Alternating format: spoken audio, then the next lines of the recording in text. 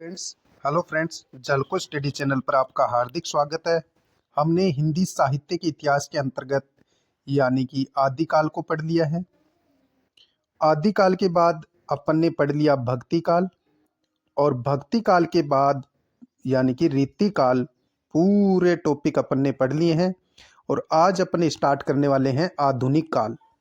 आज अपन हिंदी साहित्य में आधुनिक काल को स्टार्ट कर रहे हैं और आधुनिक काल से रिलेटेड बहुत ज़्यादा क्वेश्चन एग्जाम में पूछे जाएंगे।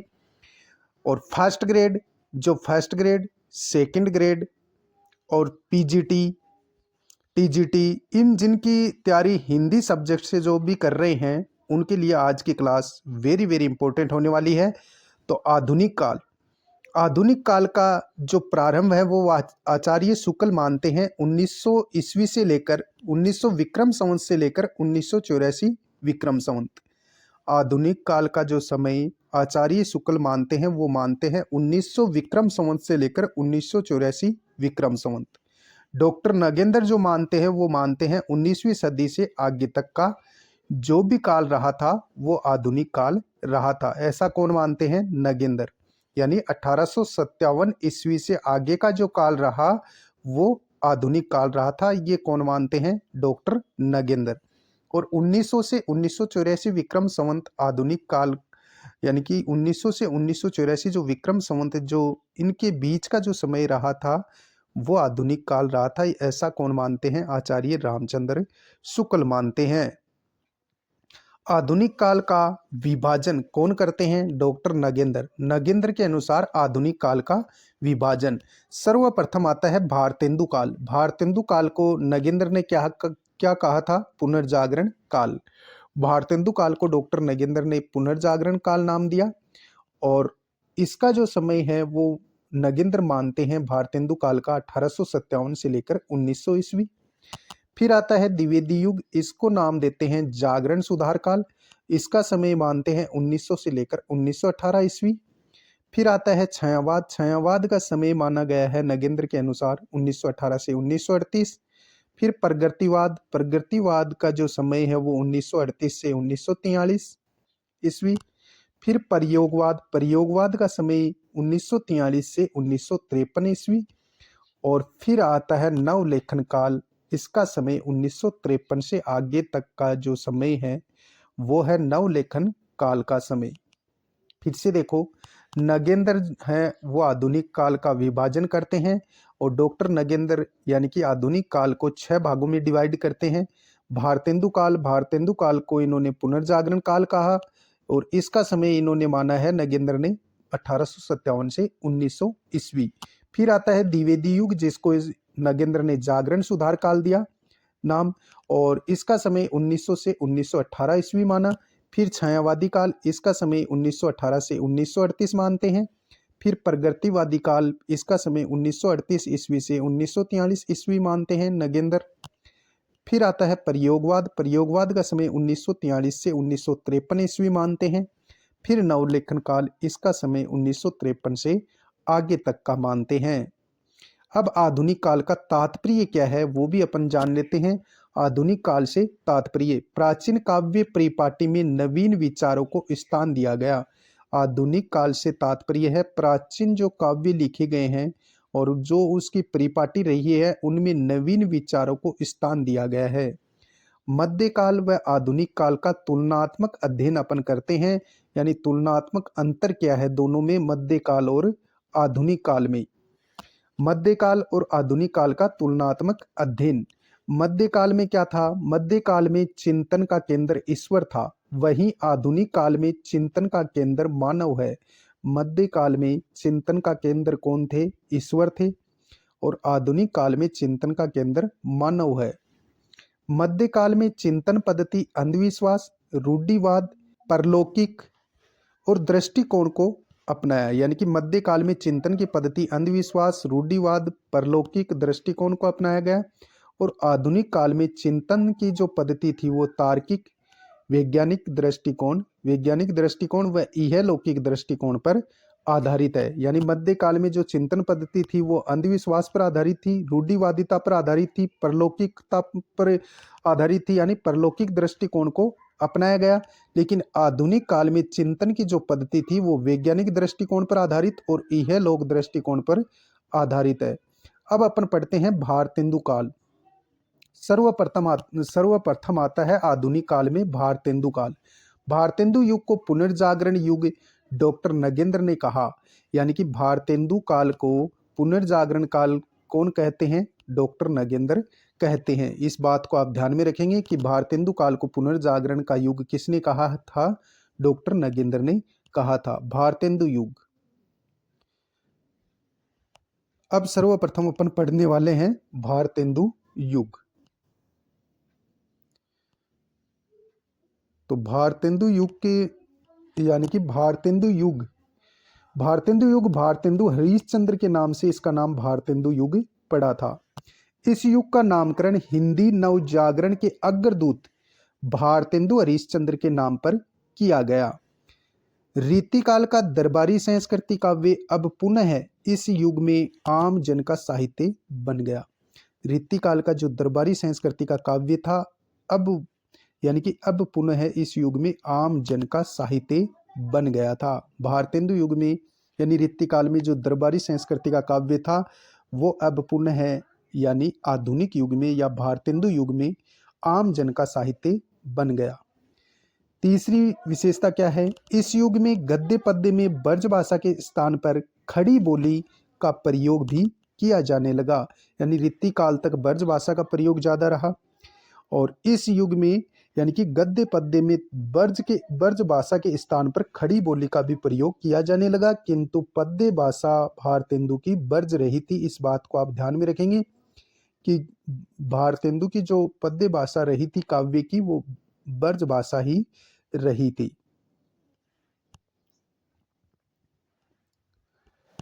भारतेंदु युग में प्राचीन व नवीन काव्य प्रवृत्तियों का मिश्रण मिलता है। भारतेंदु युग में भारतेंदु काव्य में प्राचीन व नवीन काव्य प्रवृत्तियों का मिश्रण मिलता है। अब भारतेंदु युग की विशेषताएं, क्या विशेषताएं हैं भारतेंदु युग की वो अपन जान लेते हैं।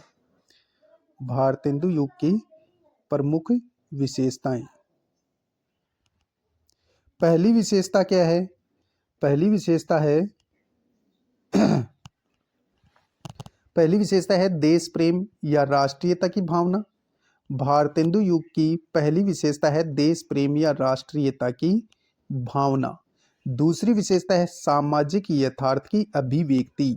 दूसरी विशेषता है भारतेंदु युग की सामाजिक यथार्थ की अभिव्यक्ति। तीसरी विशेषता आती है काव्य में नवीन विषयों का समावेश। चौथी विशेषता है भक्ति भावना। पांचवी विशेषता आती है संगारिकता। फिर से देखो भारतेंदु युग की विशेषताएं, देश प्रेम या राष्ट्रीयता की भावना देखने को मिलती है काव्यों में, सामाजिक यथार्थ की अभिव्यक्ति, काव्य में नवीन विषयों का समावेश, भक्ति भावना और संगारिकता। छठी जो विशेषता आती है उभर करके भारतेंदु युग की वो है यानी कि समस्या पूर्ति। और समस्या पूर्ति के लिए कौन जाने जाते हैं? Most important Pratap Narayan Mishra. समस्या पूर्ति के लिए कौन जाने जाते हैं? प्रताप नारायण मिश्र। सातवीं विशेषता आती है राष्ट्रभक्ति व राजभक्ति। आठवीं विशेषता आती है पत्र पत्रिकाओं का प्रकाशन। ये दूसरी बड़ी विशेषता रही है भारतेंदु युग की।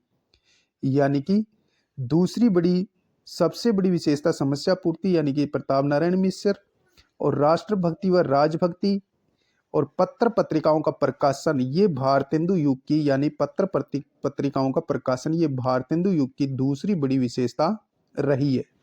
प्रकृति का अलंकारिक रूप में चित्रण देखने को मिलता है भारतेंदु युग में। 10वीं विशेषता क्या है भारतेंदु युग की? हास्य व्यंग्य की प्रवृत्ति। और 11वीं विशेषता आती है सामाजिक चेतना। 12वीं विशेषता है प्रबंधक एवं मुक्तक काव्य रचनाएं। मुक्तक की लोकप्रियता यानी कि मुक्तक काव्य की लोकप्रियता देखने को मिलती है भारतेंदु युग में।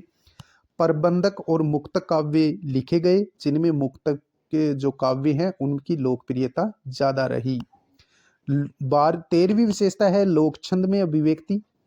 और 14वीं विशेषता आती है काव्य भाषा गद्य पद्य खड़ी बोली की प्रतिष्ठा, यानी कि भारतेंदु युग में या आधुनिक युग में जो गद्य की भाषा थी भारतेंदु युग में, वो खड़ी बोली थी, और पद्य की भाषा भारतेंदु हरिश्चंद्र स्वयं ब्रज भाषा में लिखते थे। इस बात को आप ध्यान में रखेंगे कि भारतेंदु की पद्य भाषा ब्रज थी और भारतेंदु युग में गद्य की भाषा खड़ी बोली हिंदी थी।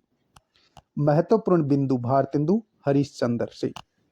भारतेंदु युगीन काव्य की रीतिकालीन काव्य से भिन्नता: कविता दरबारी संस्कृति से मुक्त होकर जनवादी दृष्टिकोण से जुड़ती है। भारतेंदु युगीन काव्य की रीतिकालीन काव्य से भिन्नता क्या है कि कविता रीतिकाल में दरबारी संस्कृति से जुड़ी हुई थी, लेकिन भारतेंदु युग में मुक्त होकर जनवादी दृष्टिकोण से जुड़ जाती है।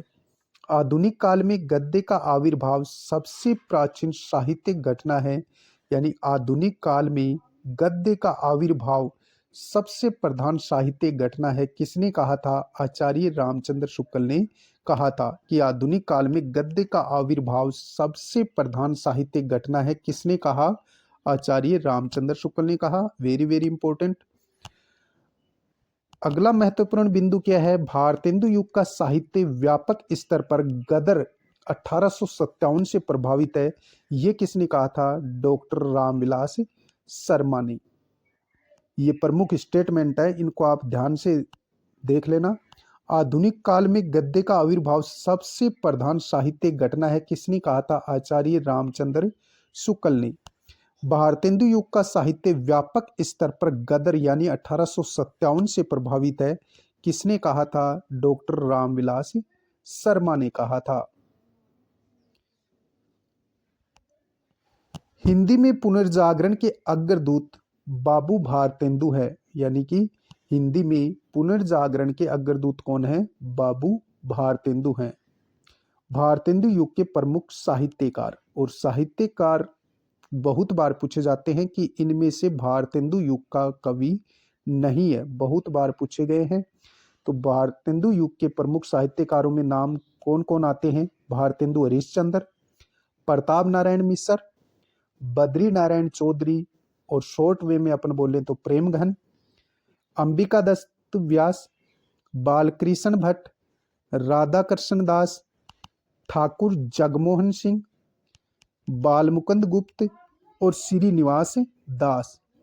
फिर से देखो, भारतेंदु युग के साहित्यकार: भारतेंदु हरिश्चंद्र, प्रताप नारायण मिश्र, बद्री नारायण चौधरी प्रेमघन, अंबिका दत्त व्यास, बालकृष्ण भट्ट, राधा कृष्ण दास, ठाकुर जगमोहन सिंह, बालमुकुंद गुप्त और श्रीनिवास दास। ये यानी कि भारतेंदु युग के प्रमुख साहित्यकार हैं।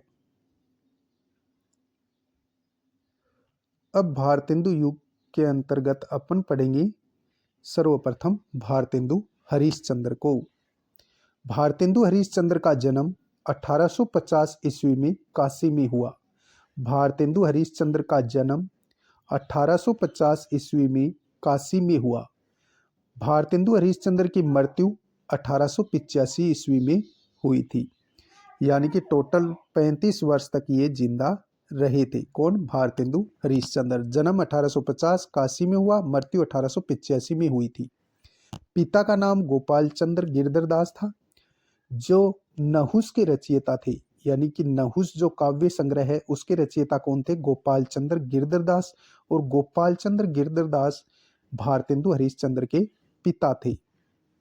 काव्य गुरु कौन थे भारतेंदु हरिश्चंद्र के? पंडित लोकनाथ। भारतेंदु हरिश्चंद्र के काव्य गुरु पंडित लोकनाथ थे।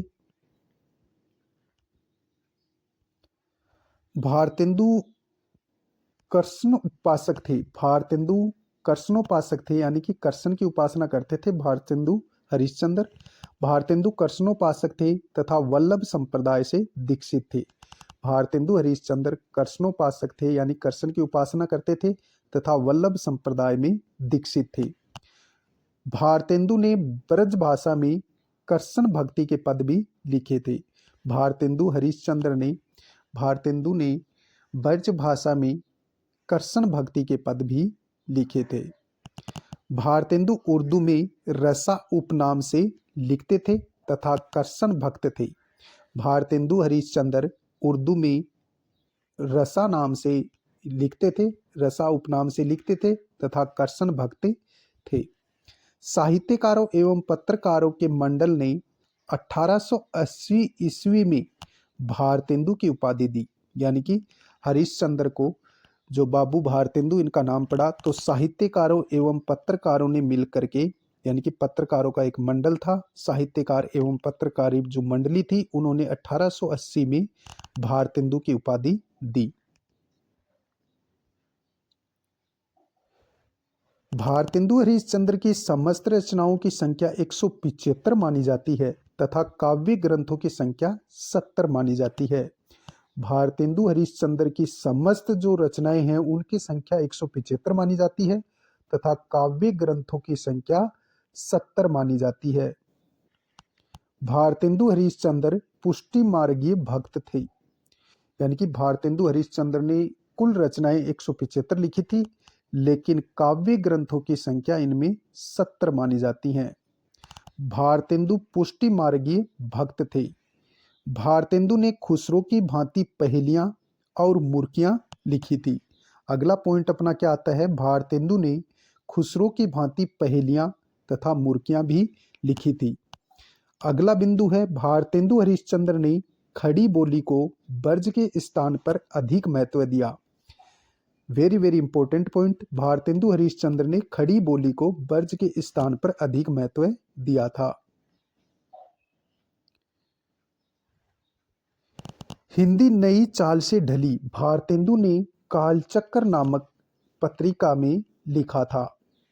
हिंदी नई चाल से ढली, ये महत्वपूर्ण घटना है 1873 ईस्वी की। हिंदी नई चाल से ढली महत्वपूर्ण घटना 1873 ईस्वी की है, जो भारतेंदु ने कालचक्र नामक पत्रिका में लिखा था कि हिंदी नई चाल से ढली, और ये महत्वपूर्ण घटना है 1873 ईस्वी की। तब भारतेंदु ने कालचक्र नामक पत्रिका में लिखा था कि हिंदी नई चाल से ढली। 1868 ईस्वी में एक बंगला नाटक का विद्या सुंदर नाम से हिंदी में अनुवाद किया। यानी कि बाबू हरिश्चंद्र ने, भारतेंदु ने 1868 ईस्वी में, ये महत्वपूर्ण बिंदु है, 1868 ईस्वी में बाबू हरिश्चंद्र ने या भारतेंदु ने 1868 ईस्वी में एक बंगला नाटक था विद्या सुंदर, उसका हिंदी में अनुवाद किया था। अगला बिंदु क्या आता है, विद्या सुंदर नाटक मूलतः संस्कृत नाटक चोर पंचाशिका के बंगला संस्करण का हिंदी रूपांतरण है। विद्या सुंदर नाटक मूलतः संस्कृत नाटक चोर पंचाशिका के बंगला संस्करण का हिंदी रूपांतरण है। भारतेंदु नाटक के पितामह कहे जाते हैं। भारतेंदु नाटक के पितामह कहे जाते हैं। 1857 से 1900 ईस्वी तक का युग भारतेंदु युग रहा। 1857 से 1900 ईस्वी तक का युग भारतेंदु युग रहा। भारतेंदु वास्तव में हिंदी गद्य के जनक कहे जाते हैं। भारतेंदु ने गद्य की खड़ी बोली का ही संस्करण भारतेंदु ने गद्य की खड़ी बोली का ही संस्कार नहीं किया, अपितु ब्रज भाषा को सुसंस्कृत किया था। भारतेंदु ने गद्य की खड़ी बोली का ही संस्कार नहीं किया, अपितु ब्रज भाषा को भी सुसंस्कृत किया था।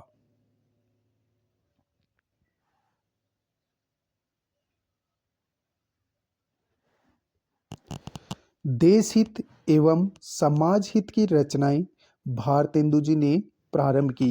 अब महत्वपूर्ण बिंदु, देश हित एवं समाज हित की रचनाएं भारतेंदु ने प्रारंभ की। महत्वपूर्ण बिंदु अपन देखते हैं कौन कौन से हैं। भारतेंदु ने तदीय समाज की स्थापना 1873 ईस्वी में की। ये क्वेश्चन पूछा गया है कि भारतेंदु ने तदीय समाज की स्थापना कब की थी, तो 1873 ईस्वी में की थी। भारतेंदु की मित्र मंडली में शामिल कौन कौन है, बद्री नारायण चौधरी प्रेमगन, प्रताप नारायण मिश्र, ठाकुर जगमोहन सिंह और बालकृष्ण भट्ट। आप ट्रिक से याद करना चाहो तो बद्री का प्रताप, ठाकुर का बाल बद्री का प्रताप, ठाकुर का बाल। तो बद्री से तो हो गया बद्री नारायण चौधरी प्रेमघन, और ठाकुर प्रताप से हो गया प्रताप नारायण मिश्र, और ठाकुर का बाल ठाकुर से हो गया ठाकुर जगमोहन सिंह, और बाल से हो गया बालकृष्ण भट्ट। ये भारतेंदु की मित्र मंडली में शामिल थे चार। कौन कौन? बद्री नारायण चौधरी प्रेमघन, प्रताप नारायण मिश्र, ठाकुर जगमोहन सिंह और बालकृष्ण भट्ट।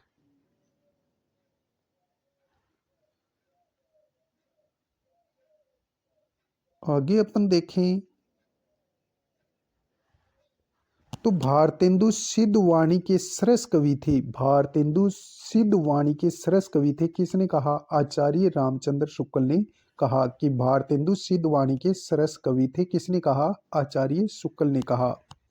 नवीनता एवं प्राचीनता में सामंजस्य ही भारतेंदु के काव्य का माधुर्य है। किसने कहा? आचार्य रामचंद्र शुक्ल ने कहा।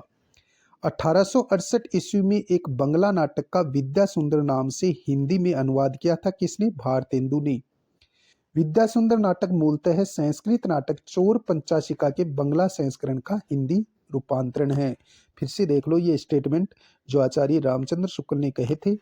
भारतेंदु सिद्ध वाणी के सरस कवि हैं। किसने कहा? आचार्य शुक्ल ने। नवीन एवं प्राचीनता में सामंजस्य ही भारतेंदु के काव्य का माधुर्य है। ये भी किसने कहा था? आचार्य रामचंद्र शुक्ल ने कहा था। भारतेंदु युग की पत्रिकाएं। भारतेंदु युग की पत्रिकाएं। भारतेंदु की पत्रिकाएं हैं कौन कौन सी? जो स्वयं भारतेंदु हरिश्चंद्र ने निकाली थी। कवि वचन सुधा।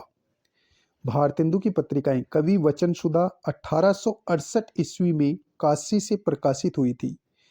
कवि वचन सुधा भारतेंदु की जो प्रथम पत्रिका है कवि वचन सुधा 1868 ईस्वी में काशी से प्रकाशित हुई थी। दूसरी पत्रिका है हरीशचंद्र मैगजीन।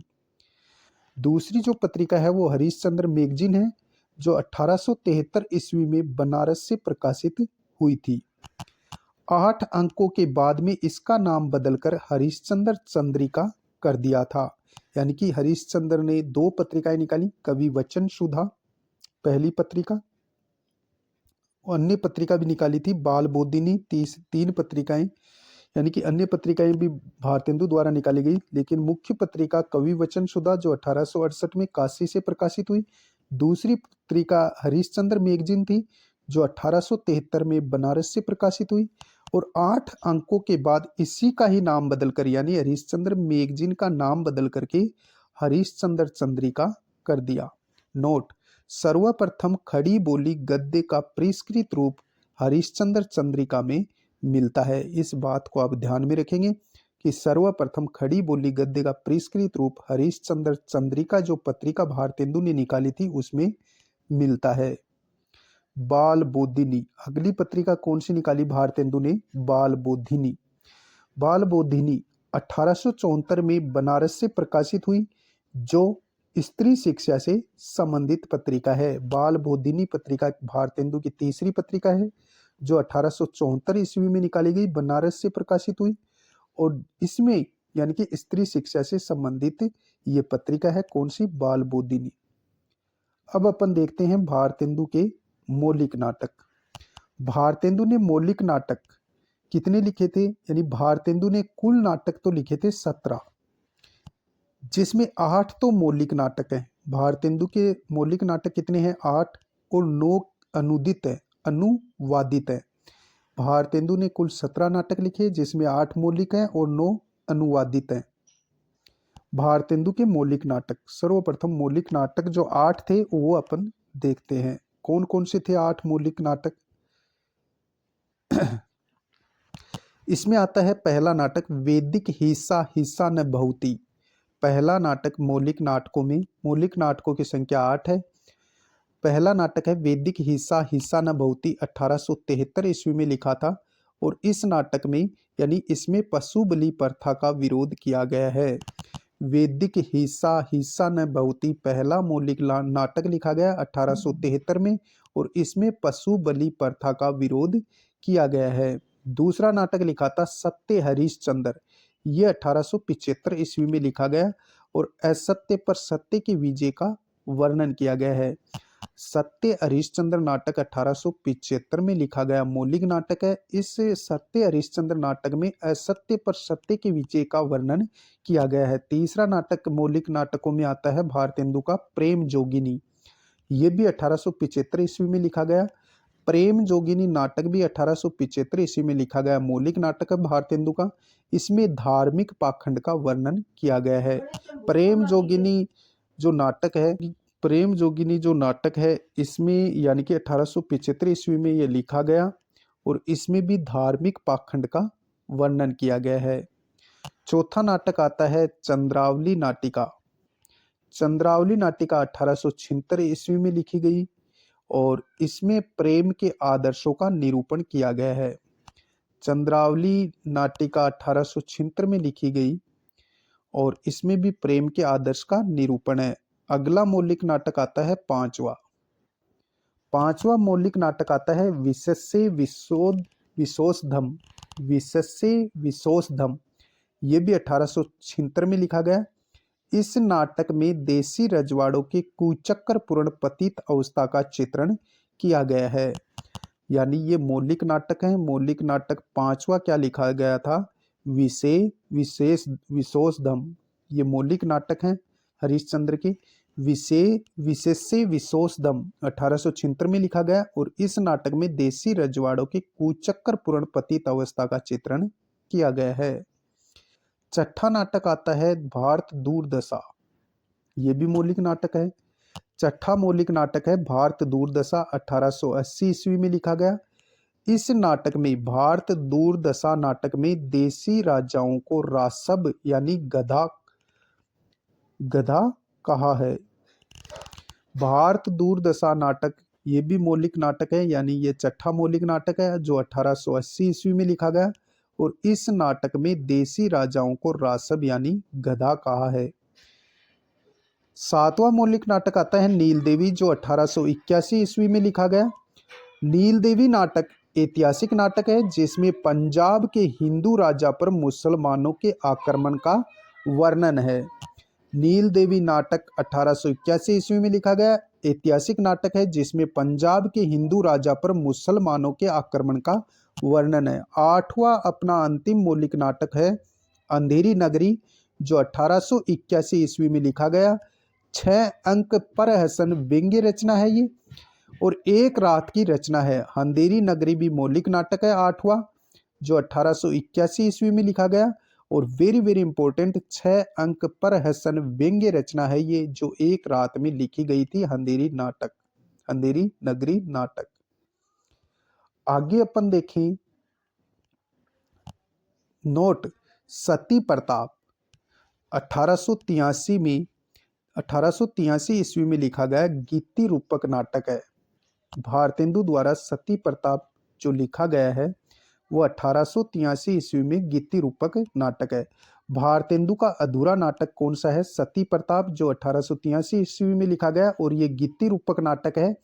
यह भारतेंदु का अधूरा नाटक है जो राधा कृष्ण दास ने पूरा किया था। क्वेश्चन पूछा जा सकता है कि किस भारतेंदु द्वारा लिखित ऐसा कौन सा नाटक था जिसको राधा कृष्ण दास ने पूर्ण किया था, तो वो हो जाएगा सती प्रताप।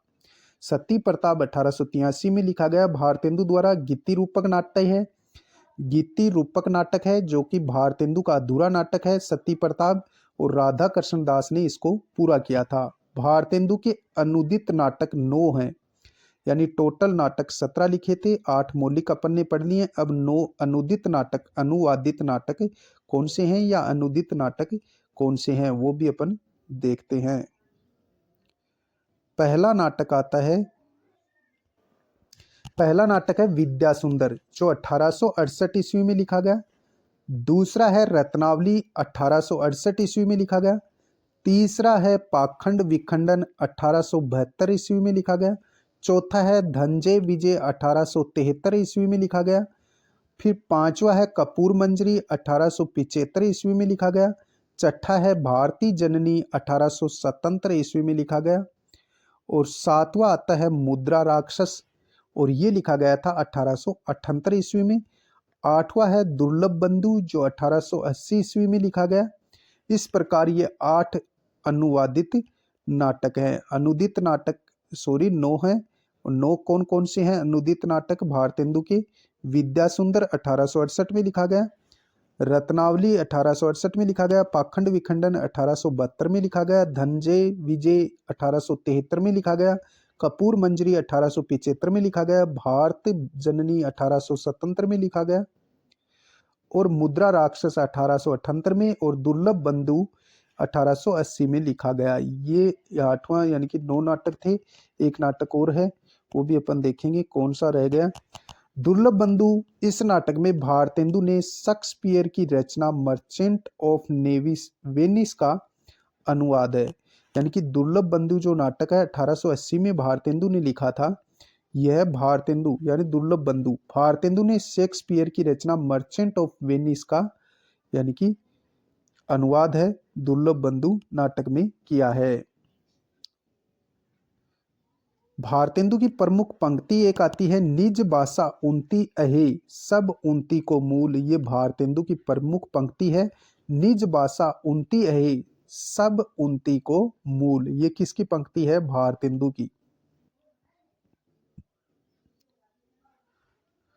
अगला बिंदु आता है, भारतेंदु के नाटकों में विषय विशेष ध्येय की प्रधानता है।